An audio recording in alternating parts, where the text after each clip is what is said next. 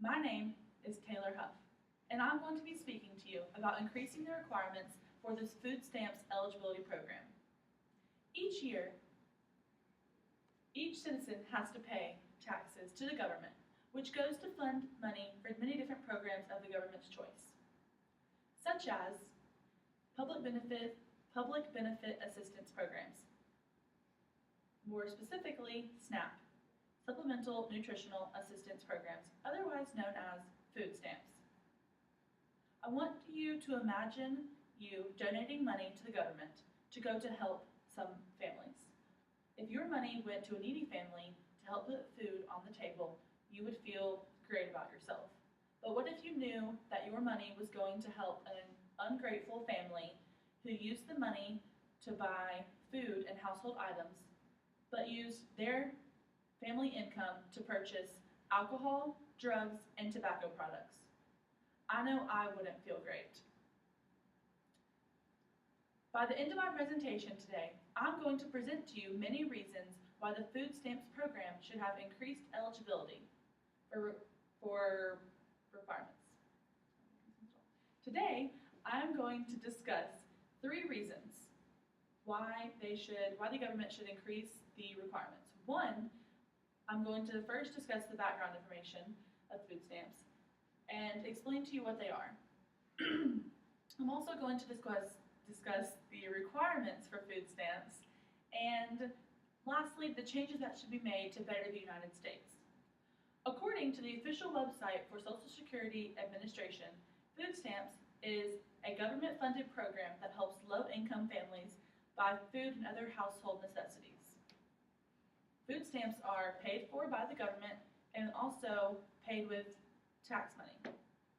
Currently, there are 22 million households living off of food stamps, and in the 2011 year, over $77 billion were spent funding these public assistance programs. Now that I've spoken to you about background information, and now that you really know what food stamps are, I'm going to speak to you about the requirements for food stamps. According to the Tennessee Department of Human Services, to be eligible, you must meet certain requirements. Now, there are many ifs, ands, and buts about these requirements. There's many ways around these requirements, but basically, you have to meet the age requirements, which is 21 and not living with your parents to be considered your own household. You must be a citizen of the United States with permanent residency, and you must be actively seeking work or working with a family income. And also, your assets must not increase a certain amount of money. Now, let me give you a little example about the citizenship.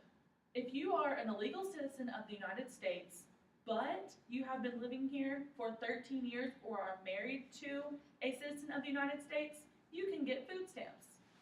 Now, since our government is over trillions of dollars in debt, but they are still spending $77 billion to fund these programs, why are we funding programs to illegal citizens of the United States?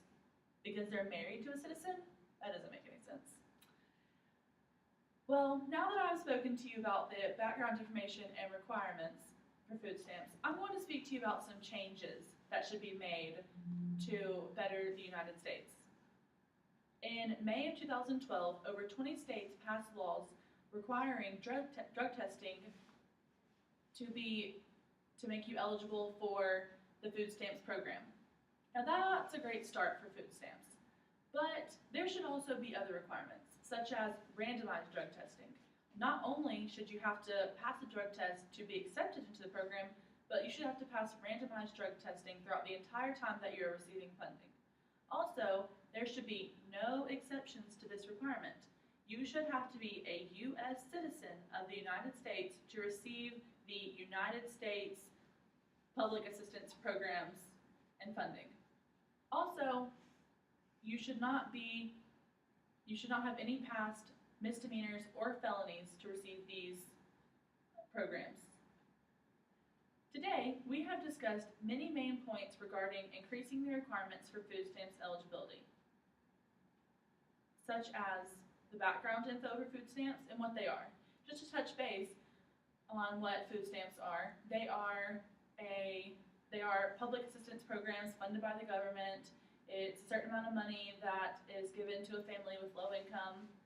For the average family of 5, they are given $2,500 a month to help them with their food and household necessities. We have discussed the requirements for food stamps, which are age, citizenship and residency, actively seeking work or working, making below a certain amount of money, and not having your assets exceed a certain amount of money. And there are very many exceptions to the asset rule, such as your house is not included and certain necessities that you need to live on are not included with your assets. And also we have discussed the changes that need to be made to better the United States and not further our debt. Today, I have proven there are many reasons why the food stamps program should increase the requirements for eligibility. After given all of the information I have presented to you, I hope that you realize how important it is for our government to add more requirements to the laws making people eligible for the food stamps program. Thank you for listening to my presentation.